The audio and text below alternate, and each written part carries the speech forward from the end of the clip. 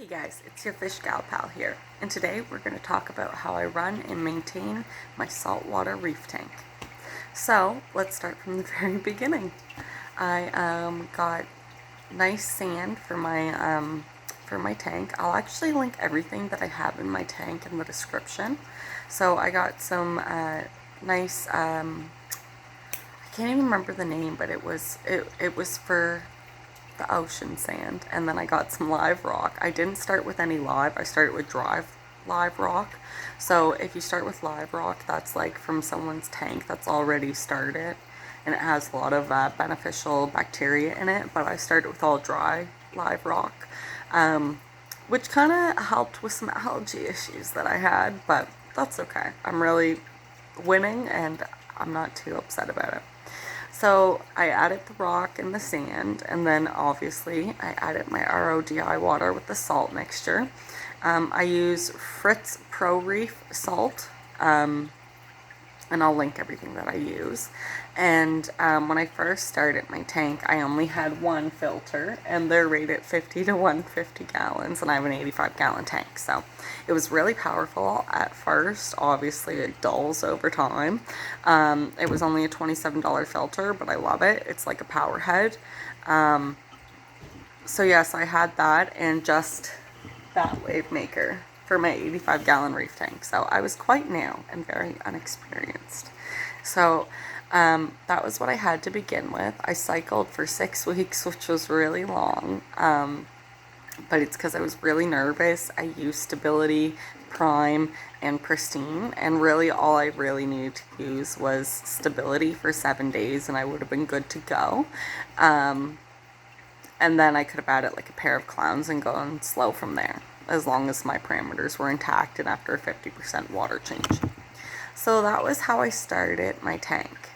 But after the 6 weeks, I kind of went a little crazy, and I didn't go as slow as I should have. And I got some Banji cardinals and some clownfish, and then I started ordering some stuff offline, which was great. And a lot of things have lived, but a lot of things haven't. So that's a real big bummer for me. I feel really bad about that, and that was my own negligence, to be honest. But I've learned better now, and now I barely have any losses, which is awesome. So let's talk about what's in my tank. So obviously you can see my light up there. It's very bright, and when I come away you can see my tank better. There was my blenny going, and my chromuses going, my firefish in the back, and my caramel clownfish there. So as I come over here, you can see I have 2 internal filters. I do not have a sump. And that's mainly because I don't feel comfortable with the sump yet, and I didn't want my tank drilled. So I could get like some attachments to go on the top of my tank and it'd be fine, and I could create a sump eventually, but I think I'm still probably like half a year away from being comfortable with that. So because I have 2 internal filters, I do not have a lot of space for filter media, but what I do use is Matrix. I use a Sephora phosphate pad that I cut to my filter, filter floss, and Seachum Phos Guard, obviously because I have issues with algae, so it's good for me to use those things. And Matrix, you never have to recharge.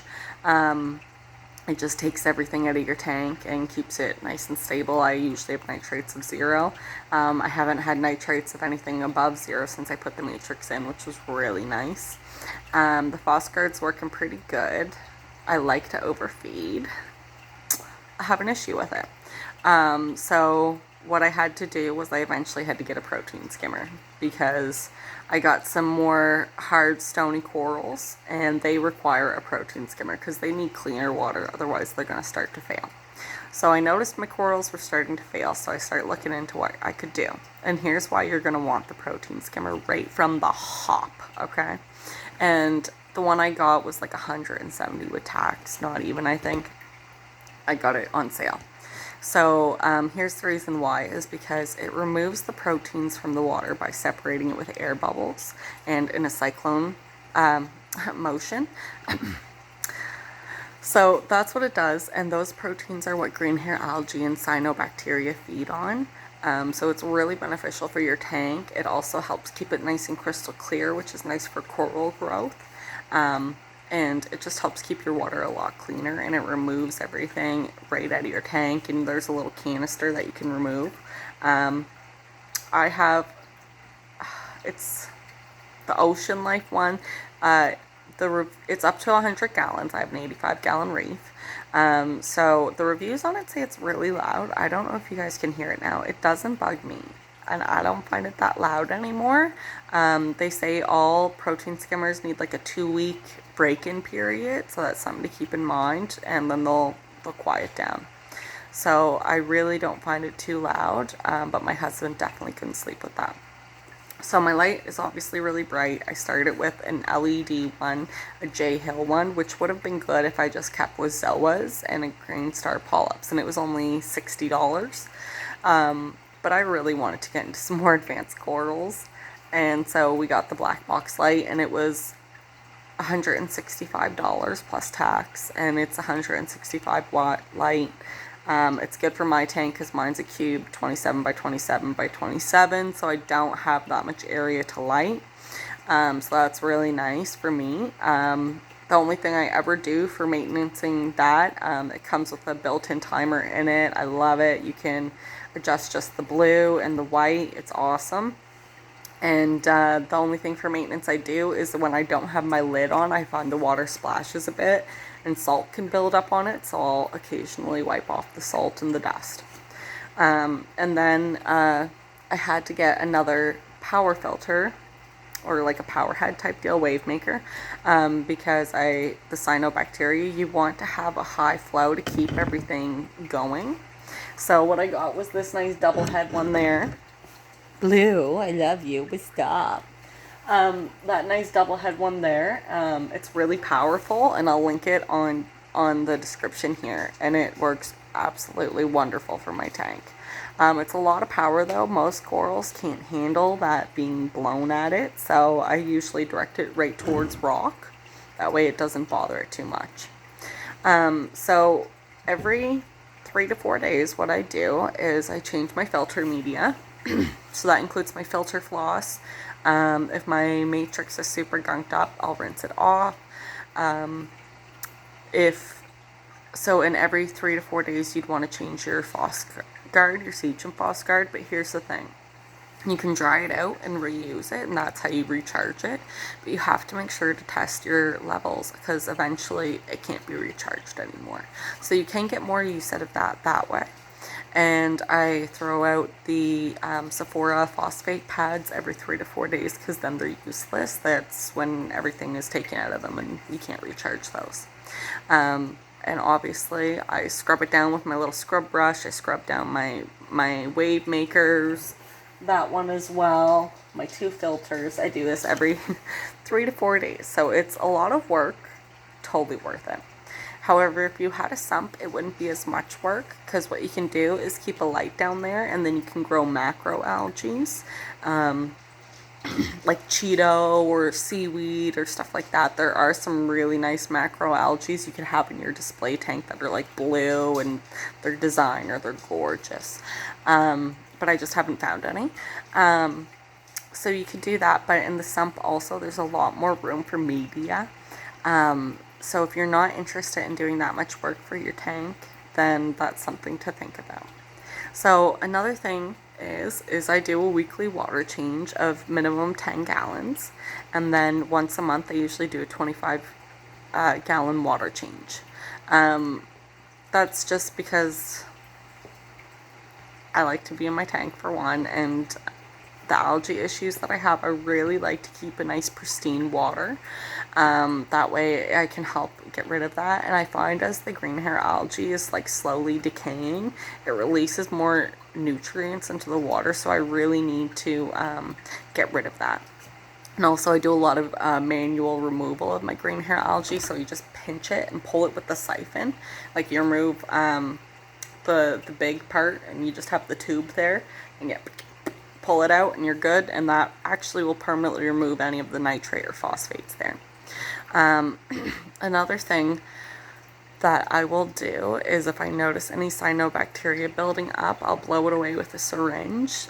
Just that way it can get caught up in my filter, or I'll try and suck it out with my siphon. So those are some things that I like to do.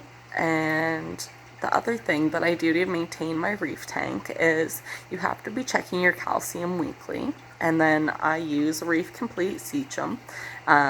It maintains your calcium, your strontium, and your magnesium for you, and it works really well for my tank. And then also what I do is I supplement the alkalinity with baked baking soda, which makes it into sodium ash. So you do that at 300 degrees Fahrenheit for an hour. And most people will mix it with RODI water and store it that way.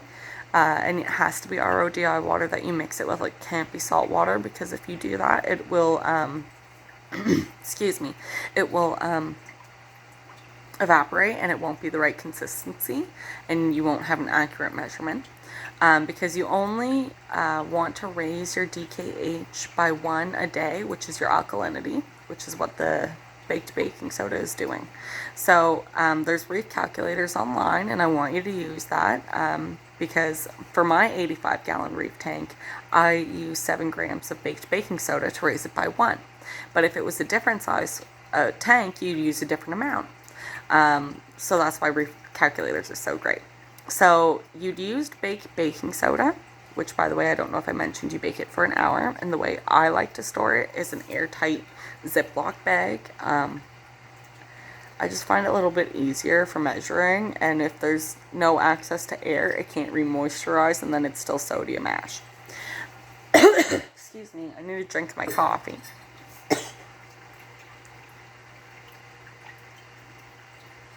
I swear I don't have COVID, I just choked on my spit. And every time I cough in public, I'm like, oh my god, I don't have COVID, please don't look at me.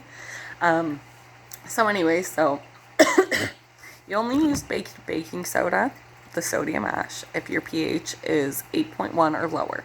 Because along with raising your alkalinity, it also raises your pH. So if my pH was 8.1 or higher, I would use just regular baking soda to raise my alkalinity.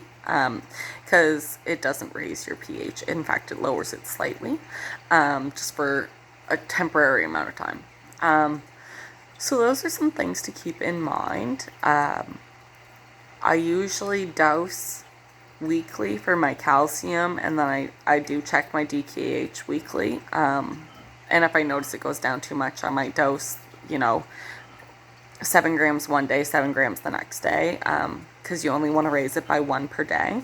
And so what some target ranges are for your parameters, your salt, the salinity for your tank, and you just need a hydrometer for that. You don't need like the Fulval one is the one that I have, and you just stick it in the tank. It has a suction cup. I don't leave it in my tank. So you measure it, and after you're done measuring it, make sure to rinse it out, and that way the next time you use it, it'll still be accurate. Because if you don't, the salt jams up the dial and it won't move right. So that's a tip. And it works just as good as the $50 ones that you can get on Amazon. So why spend crazy amounts of money here? No one wants that. So that's what I use, and the range that you want to keep your tank at is 1.023 to 1.027. Okay? Your pH anywhere from 7.8 to about 8.4 is acceptable. 8.4 is getting kind of high though. DKH, we want to keep that anywhere between 8 and 12. Phosphate, you want to keep that 0.2 or lower, preferably a little bit lower. Nitrates, you really want to keep those 10 and below. Nitrates, 10 and below. Nitrites, 0. Ammonia, 0. Calcium, anything above 400 is okay. I like to keep it around 460. But if I was at 400, I would add some calcium for sure. Just because you want constant parameters, not kind of bouncing around parameters. Corals don't really like that. And then, is there any other ones that I have to think of that we test? And then the DKH, I already mentioned that, 8 to 12. Yeah, so that's pretty well how I maintain my reef tank. It's really not that difficult. There's a lot of joy in this hobby, but there's a lot of myths. So please always do your own research. Things that are going to work for you aren't going to work for other people. And there's a lot of ways to do things in this, so just keep that in mind. And always try and research. And if you're going to set up a reef tank, congratulations, you're going to love it eventually. Sometimes you're going to want to pull at your hair, but don't worry, it's going to be okay. And if a coral dies, leave it in. If you give it the right parameters and good lighting, it's going to come back. An anemone dies, get it out ASAP. 50% water change and add carbon.